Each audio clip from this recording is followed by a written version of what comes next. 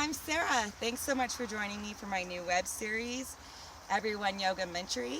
My goal is to let everyone know about all the different kinds of yoga there are out there and all the different benefits there are for you, no matter who you are or what you do. I'm going to be interviewing someone new and interesting every week to tell us about their yoga story and hopefully inspire the world to join us in our yoga journey. Namaste. This week I'm going to start with telling you a little about myself and my yoga journey. And next week, in the next few weeks, we're going to have Gunnar, who is a yoga teacher, and he also works in film. And we're going to have Jamie, who is a real sweetheart and a school teacher. We are also going to have Megan soon, but she is a firefighter and got called away on fire assignment. So we'll have her as soon as she comes back, send her her good vibes. She has a great inspirational story for us. So I'm so glad that you decided to join us. Thank you for spending your time with us. I feel like yoga is such an important thing for so many reasons, and I know it changed my life. So my yoga journey began actually with Jamie, who we're going to be interviewing soon, and she was like, hey, we should start our girls' day and do yoga.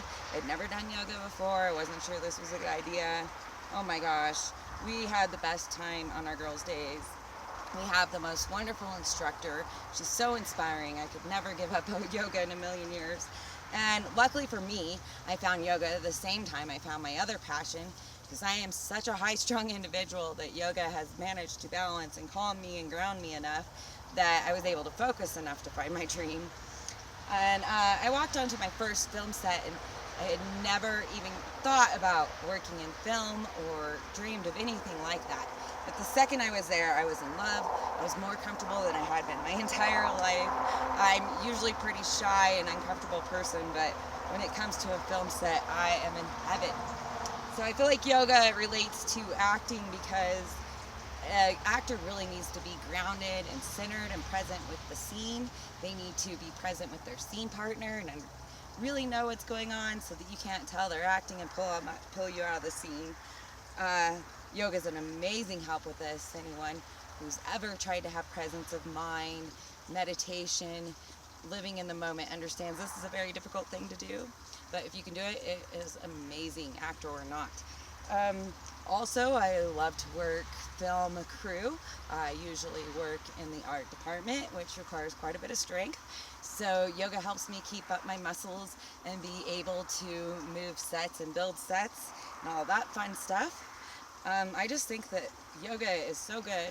There is some form of yoga, something for everyone. I don't care who you are or what stage of your life you're at, what you're, anything. There, you can do yoga, and there is a yoga for you, and we can find it. And I hope on our journey that you find something that inspires you to go find your yoga and change your life. Because I know my hips don't hurt all the time. I'm stronger, I'm happier, I'm more confident.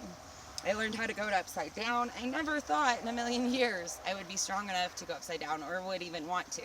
And when I learned how to stand on my head, the perspective change that you get when you get on your head is just amazing. Not to mention just the knowledge of knowing I gained the core strength to pull myself on my head. It is so cool. And my yoga teacher was telling me that when she used to work at a Head Start, they would take a cranky kid who was just stuck in a rut and couldn't get out of his crank and flip him upside down and be like, hey, how's your day going? What's up? And try to change the subject. And when you sit the kid down, their perspective's changed because you dumped him upside down. So remember that if you need to change, all you have to do is a forward fold. You don't have to be able to stand on your head, but change your perspective. I thought that was just so cute. My favorite yoga pose is probably the Lord of the Dance. I have a real problem with standing in the grocery store or just talking to someone in general in the parking lot and catching myself standing around doing this. And I have to remind myself, oh yeah, now is not yoga class. I love that pose. I don't know. I also love the tiptoe pose, although I feel like maybe I don't know what the name of it is proper, and there's another one, because what a downer of a name for such an awesome pose. Although I feel like it's much prettier on the taller girls. I was going to try to think of my least favorite pose, and I really couldn't think of it. I decided that maybe that's a day-to-day changing thing, and they always say your least difficult is the one you need the most. So yeah, that's probably what you need that day. Then my second thought was maybe we should ask my yoga instructors. I'm sure they know what my least favorite pose is. Probably the most difficult is I've learned the handstand and the wheel. I love the wheel. It is so much fun. And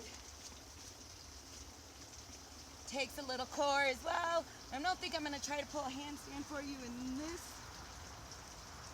but we'll do a wheel.